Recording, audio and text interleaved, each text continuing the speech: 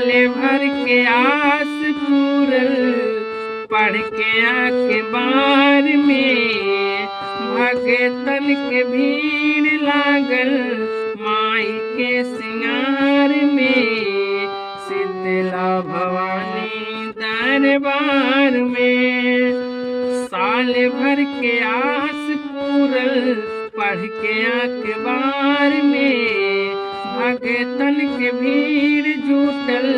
माई के सिंगार में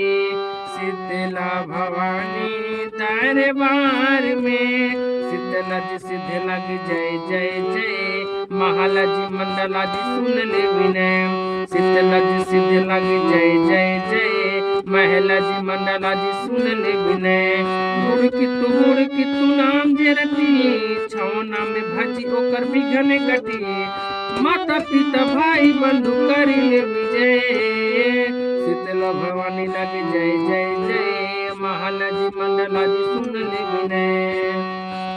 हे गदहा सवारी राउर जग से निराला बा धन्य मैया राउर कृपा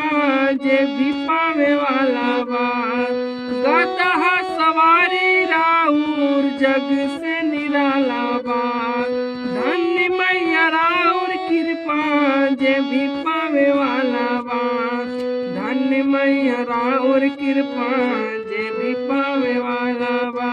शीतला भवानी जय जय जय महला जी मंडला जी सुन ले विनय शीतला भवानी लगी जय जय जय महला जी मंडला जी सुन ले विनय गुड़ की तू नाम जे रटी छौना में भजी ओकर बिघने कटी माता पिता भाई बंधु करी ले विजय